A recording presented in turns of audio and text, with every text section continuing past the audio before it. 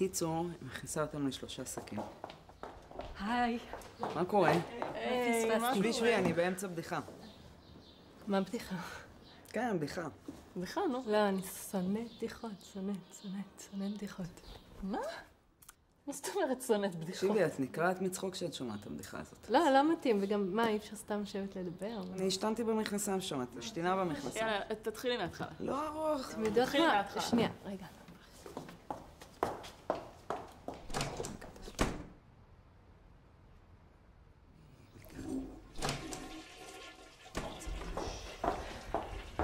אוקיי, סליחה. אוקיי.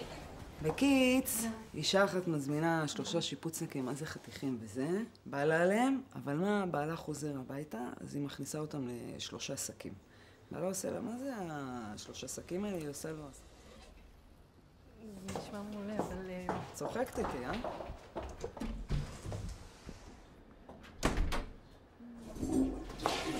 כן. יאללה. בקיצור, נותן בעיטה לשק הראשון, שומע עושה אותו, רואה, קניתי לך כבש לארוחת ערב. כבש הוא עושה לה, נותן בעיטה בשק השני. גלי, מה העניינים? בסדר? נותן בעיטה בשק השני, שומע קוקוריקו. עושה לו, אתה רואה, קניתי לך תרנגולת. אתם בטח... לא רוצה להרוס לך או משהו, אבל...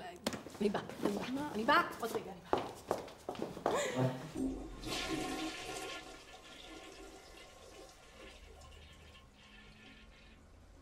כן.